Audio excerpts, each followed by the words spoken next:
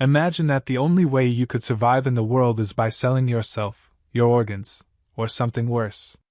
There is a very risky alternative solution to all of this, one that comes with a risk so great that an entire generation could feel the pain. Our main protagonist was born into this kind of world, and he must sell the elixir to the greatest underworld gang to survive. It was the year 1937, and we see an engine train roaming around in Manchuria. From inside the train, people were amazed by the passing buildings. As we see the inside, all the people were enjoying their day-to-day life, but there was one person shivering in fear of something. We get a cold introduction of our main protagonist of the story, Isamu.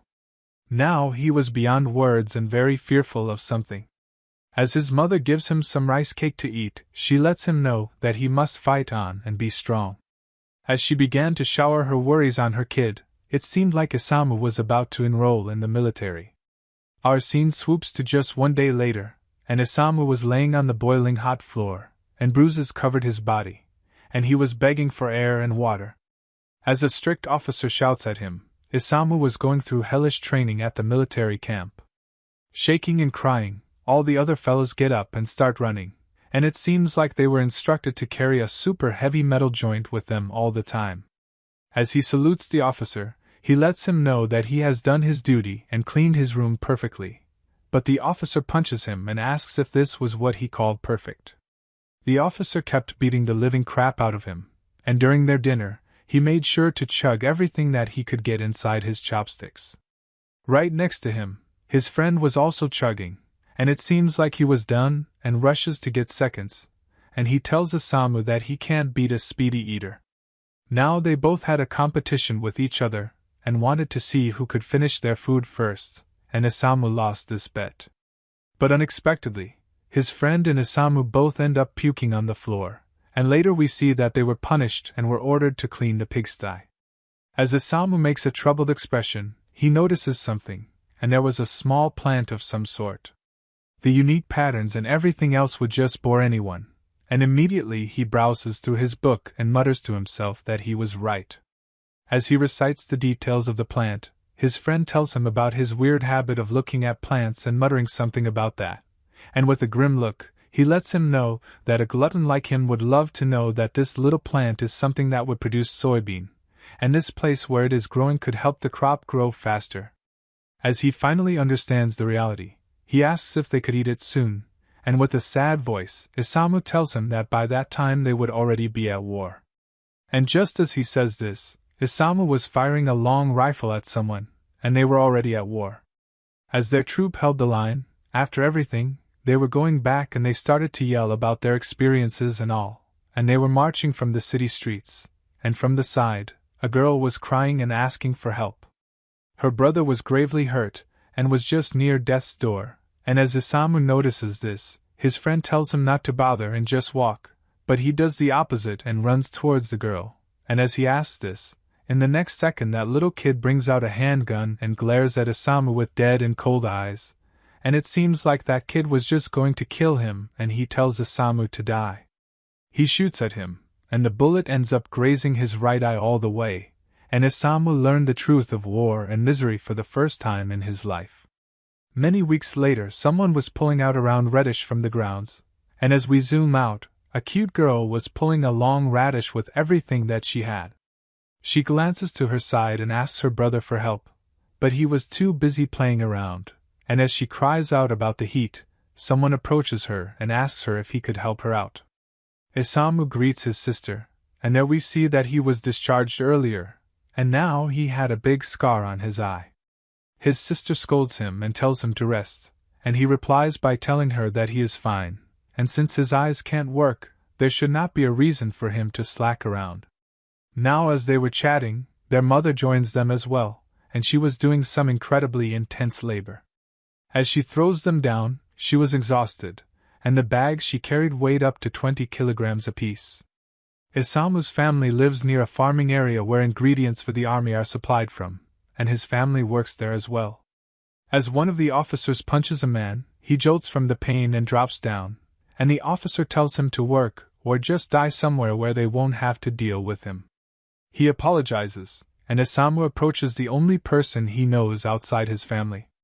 As Shigeru smiles at him, his teeth were entirely broken from getting punched again and again, and despite that, he lets Isamu know that the officer's punches were weak and felt like a little girl's punches. As he struggles to move, there was someone aiming to shoot at him. The person aiming mutters to himself that they should tease the old man a little, and in the next second, they open fire at him, and one of the bullets just barely misses his left side of the brain. As the soldier exclaimed and scoffed on how they missed, they started to rain bullets on them, and the poor old man began to dance for them. They were also purposely hitting the ground to make a clown of him and laugh at everything that he did. As Isamu asked if they are even living the best life they dreamed of, after the torture, he smiles at Isamu and lets him know that it is fine and tells him that the soldiers just wanted to laugh for a bit. As he smiles, Isamu teases him and lets him know that he has lost another tooth of his. After their interaction, back at his home, a rather plain and minimal dish was served for Isamu's whole family.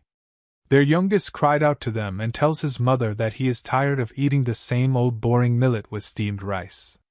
He tells her that even a dog could eat better than this, and after complaining the whole time, he eats it and goes to sleep, and both Isamu and his mother end up having a wholesome time together.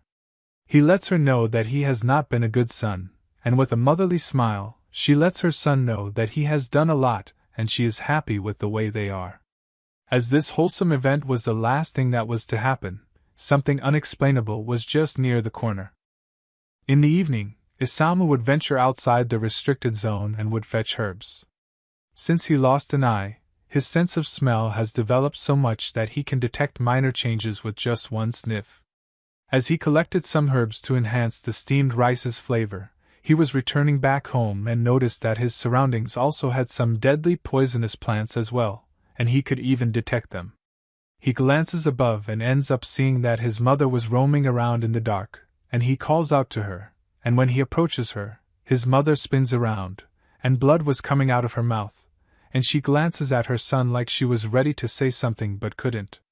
As he screamed for her, his mother ends up getting a severe infection, and all the soldiers and people around them exclaimed and were sure that it is a plague. As one of the soldiers cries about how there was a plague which wiped out 60,000 men, they were ready to throw her in the river. They began to carry her, and as they ignored Isamu's helpless cries, the old man who comforted Isamu earlier drops to his knees and cries for them to have mercy. He lets them know that he is a medic and would surely save her, and as they glance at him, he begs to them over and over again, and Isamu begins to tear up, seeing that someone else stood for him and his family. After that, they all gathered at the Isamu's house, and they sat around a table. Isamu thanked him, and as they interacted, he lets Isamu know that his mother will be passing away in a few days, and soon her condition would just be unexplainable. He asks if there is anything else that they can do, and the old man tells him that there are drugs for this illness, but as of right now, they are all found in Germany and are so expensive that not even the wealthiest person could buy it without putting a dent in his wealth. Now he keeps hearing this, but his desperation was beyond words, and he was ready to cross all human limits to save her. He gets up without any pause and dashes outside, yelling and screaming to them that he would find a way to make money no matter what. Both his siblings agreed to help, but the old man just muttered to himself that it is pointless. He ran all the way to the other side of town, and went to a place called Mukden. There, an apothecary looks at them and throws a bomb at their head, metaphorically speaking. He tells them that if they are here to buy sulfa drugs, it would cost them 200 yen, which in today's money would be around $1,300. This was nearly impossible to earn for poor farmers like them, and the man makes an exemption and tells them that they can sell themselves and earn the drug. He points at his sister and brother, and lets him know that he would pay 100 yen for the girl and 50 for the boy. That piece of trash added that Isamu could sell his organs to make up for the rest, and as he began to suggest unspeakably horrifying things, shivers ran down their spines, and all of them ran outside that store. As he walked back home, he was asking himself again and again about a way to make the most amount of money in the fastest way possible, but just as he smells an unexpected thing, he stops immediately. He glances to his side, and he was smelling something from behind the wall. His sister asked him if he was going to walk or not, and Isamu kept approaching the wall and kept sniffing the scent. He was sure that this is not the smell that a disposal unit would give out, and it is surely different. He opens the wooden door, and when he sees the things inside, his entire world shook completely. The entire ground was covered with poppies. Now these were not just regular plants, but the magic powder that circulates through the underworld, and all products are made out of this. This is the origin of the powder that runs everything and destroys life after life. As they saw the scale of this operation, his brother was surprised to see them all, and he grabs onto one of the poppies and was about to bite into it. But Isamu quickly stops him and lets him know that if he ate this plant, he would die. As he examines this, he lets them know the real name of this plant. This was used all across Manchuria, and as the chemical runs through the bloodstream, it makes the person addicted to it. As he kept going on and on about this, from the back a person sneaks up on him, and in the next second, the man raises his arm and smashes a wooden rod against Isamu's head. He immediately was sent flying and almost knocked out from the intense pain, and the man approaches him with evil intention and began to mutter how he is fine with being labeled as a loser and an old geezer. He reminded Isamu that he looked after them even when everyone abandoned him and his mother. As the old man completely switched, he approaches Isamu and lets him know that now he would have to kill him to silence him forever. He wraps his hand around his throat and begins to block his airway. As Isamu's siblings rushed towards the old man, he was not there to let go. He cried out to Isamu and screamed at him to know the reality of life here, and if someone wants to survive, they would always have to do business with the underground or hand over their children. Now the old man who thought of himself as wise was not letting go, and he kept screaming at Isamu that he would be a successful man and wouldn't hand over his plants to anyone. Isamu was already near his limit, and he was just one step near death. As he kept on doing this, from the back someone slammed something on the old man's head, and blood started to come out of his eyes. As he drops, his sister had slammed a heavy rock on his head, and that did him. She gasped for air, and as they all circled around, she drops the stone, but the old man didn't move an inch. Instead, blood kept pouring out, and there it seems like they did something unexplainable. That night, they began to dig the ground, and as they asked Isamu if the hole was deep enough or not, he lets them know that they would need to dig deeper. His sister began to mutter to herself that she killed a person, and as she began to say this over and over again, Isamu lets her know that he died because of the infection. As he reminds all of them to say the same thing, they all nodded their heads. They all got back home, and there was nothing in their life that was working out. Their mother was beyond any help, and pimples began to form on her face, and she was breathing for air so desperately that it was painful to hear and imagine. His sister had just taken someone's life for the first time and was still in deep shock, and his brother was exhausted to the point that he couldn't move at all. As this was all happening, Isamu, on the other hand, was reading a book, and as he closed it, his eyes were full of determination and hope. There was also a void inside his eyes, and right there he became a different man. He gets up and he takes a sharp blade and carefully slices the plant, and a few drops form from the cut. He carefully gathers all of them, and places it on a piece of paper, then he began to blow air at it, and it slowly changed colors. As he began to roll it, that night he worked the entire time, and in the morning, he looks at the most dangerous creation of man. On his hand was a lump of white product that was the most deadly item ever made by man. He sniffs it, and packs it all in a small pouch. All the way across, there was a girl embracing someone, and as two men were there as well, the door creaks open, and from it, Isamu walks into a Chinese shop where a man was casually sitting while on the other side two men were enjoying themselves. As they notice this, he shows them the bag of the product, and asks if they are interested to buy this from him. As the two men approach him, the man looks at Isamu with devilish eyes and mocks how a lowlife is here to sell them the white product. He replies and tells them how much they are paying him. As the main dude began to search his weird sticks, he was calculating the outcome. Now Isamu was sure that if he were to look away and failed to stand his ground, they would just think of him as a nobody. But the opposite happens, and the man kicks him hard. As he sneezed, they knew that he was Japanese, and the weird dude calculated some nonsense, and began to mutter and tell them all that he is a spy. Now hearing this, the dude was filled with more anger, and he began to push Isamu over and over again. He asked if he knew just who he was dealing with, and he replies by telling them that they are the Green Gang, the biggest secret society of China. Now they were even more skeptical of him, and he began to explain how they excel in all illegal things and make money from various unmentionable things. As he exposes their biggest secret, he ends up making them all his biggest enemy. They also add that since their secret was exposed and their main line of business was also, they let him know that he must perish, and Isamu starts to beg them.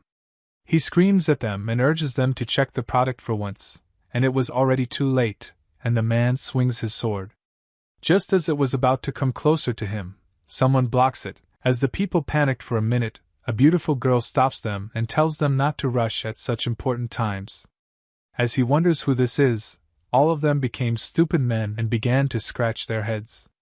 She tells Isamu to show his product, but just as he was about to do it, he began to ask how much she would pay him. She immediately grabs him from an uncomfortable place, and with a deadly glare, she lets him know that he needs to listen to her, and if he were to refuse, she would make sure to never make him use this part anymore. As poor Isamu grunts from excruciating pain, he screams and lets her know that he would show her. Now, as he showed them all the product, the girl asks him why it was gray and not white. The man near her exclaims and tells everyone that he has refined it all, and he looks at them and tells them that this product is the opposite of impure and the purest that they can ever imagine. He explains to them that raw material consisted of a lot of organic compounds, and the major component in this is morphine. As she listens to his nerdy talk, he adds that at the stage where many people dry the liquid from the plant, that process would leave a lot of impurities. He tells them that if someone simmers and dries it again, they would get the highest quality. As he spoke about this, the girl understood some of it, and asked who made such a thing, and with a prideful and hopeful look in his eyes, he declares to her that he made this. As she notices something, he tells her that he needs his mother treated and would like to sell this. But just as he was about to say this, the girl points her weapon right near his throat and tells him that if his product is that pure, they must test it then. As he stops for a minute, she grabs his hand, and the other men volunteer to grab onto him. As they remind their boss about Isamu being suspicious, she glances at them and tells them that if Isamu were to be a spy, he would have been filled with all sorts of chemicals before coming here. She also ends up telling him that their biggest business rival is the Quailty army. As he hears this, he couldn't believe that an army was involved in this. Despite everything, they were still not able to trust him at all. They end up asking him how he was able to find the plants, and he looks to his side and lets them know that he was able to find this all by smelling. As the girl compliments his nose, she asks if he has ever smelled something like this. And when she opened the door, he ended up seeing something so crazy that his soul was shaken to the core. Inside the room, there were men and women in unexplainable conditions, and the stench coming from them was just beyond anything. They all were done for and lived solely for the product. As he flinches from the sight, inside their waste and everything else were mixed, creating the inhumane smell. He was sure that hell is this place right here. He pukes, and immediately from the side, two figures approach him and ask for something, and the girl explains to him how this is the den of their gang. She points at them and lets him know that these humans want only one thing despite becoming unrecognizable, and the gang is accommodating them all for some time. She adds that these people would do anything for just one puff. As she walks away after saying this, she approaches a bit normal-looking man, and she calls out to him. As Jean wakes up, he asks if there is anything he can help them with and asks if there's a new sample that he needs to test. From the outside, this man somewhat looks normal, but he is truly the trash of the trash. He sold his wife, children, and house to just smoke for the past 20 years, and all of this have led him to stay here. Whenever the gang needs to test the quality of the product, they end up coming to him. She hands him a small ball of Isamu's product, and the dude begins the ritual, but as he inhales something, he opens his eyes, and in the next second, he completely goes into a different world. As he makes a crazy and beyond this world expression, Isamu saw the effect of his creation. That dude begins to praise the heavens and asks about his thing, and in the next second, he begins to dance like a crazy person. Even the two guys from earlier looked at him and questioned if this is real or not. Now that dude was doing the same things for a decade, and Isamu's product was able to just kick it so hard that his life was refreshed. As the girl smiles, she lets one of her men know that he should pay this man his share. They weighed everything, and it was approximately around 30 mace, which is around 113 grams. They also began to count some cash, and that man ended up paying him 20 yen, which was nothing compared to the trouble and risk. The girl tells him that they are only doing the right thing, and in the first place, his product was almost 100 grams. She asked him if he could make more, and without any pause, he exclaims and tells her that he would make more and can make it right now. As the girl hears this, in the next second all of them prepare to shoot him, and the girl glares at his soul and tells him that this is the end of their negotiation. And there Isamu learns the dark truth about trust and faith in the underworld. Around the same time, a man was reciting a Western poem, and he brings out a flaming hot rod with a labeled tip on it. And in the next instant, he pushes it against someone as she screams at the top of her lungs. As we see the horrifying sight from afar, an officer from the city is interrogating a woman while hanging her. And it was clear that he was really enjoying every single second of his job. As he glances back, Kito greets that officer who is stationed at the area where Isamu's family lived. As he himself prayed to God to forgive him for the poor woman, he approaches him and asks if he has ever dipped his hand into red. He spins around, and this time he tells him that he would teach him how to do this, and as Kito was serious about this, the other man questions if he has to do this. He tells him that this girl was smuggling something that the entire army is looking for, and as he mutters this as well, Kito explains the new major steps the Japanese army is taking to expose smuggling routes and framing places. He looks at that man with void-filled eyes and tells him to make her talk.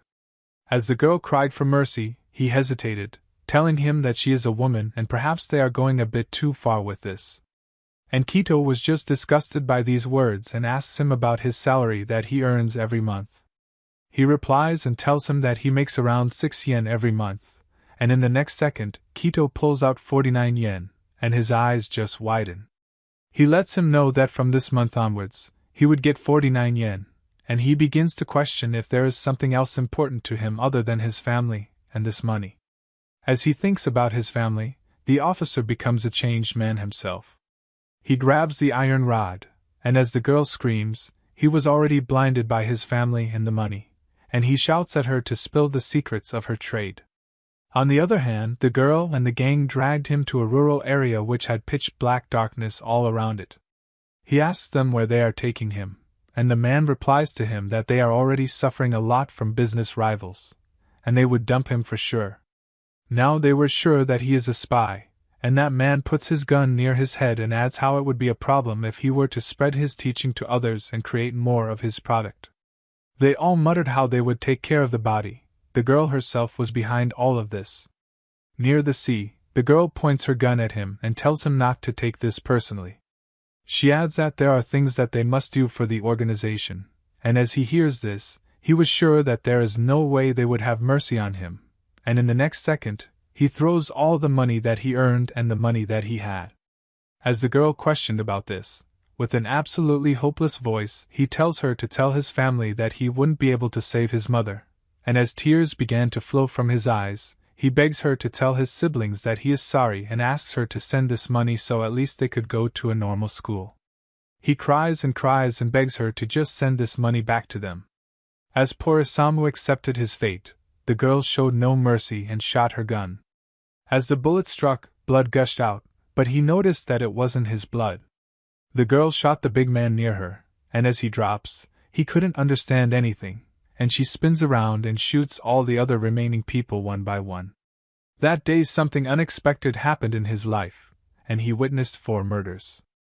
As they all drop like flies, she tells him in a gentle voice that she can trust him. It seems like she also began to use his native language, and as she sits, she asks him if he is interested in working with her. Later in the manga, Isamu becomes a better version of himself and begins to walk on the deadly path. But as his ideas and actions grow, a beautiful and spectacular manga starts.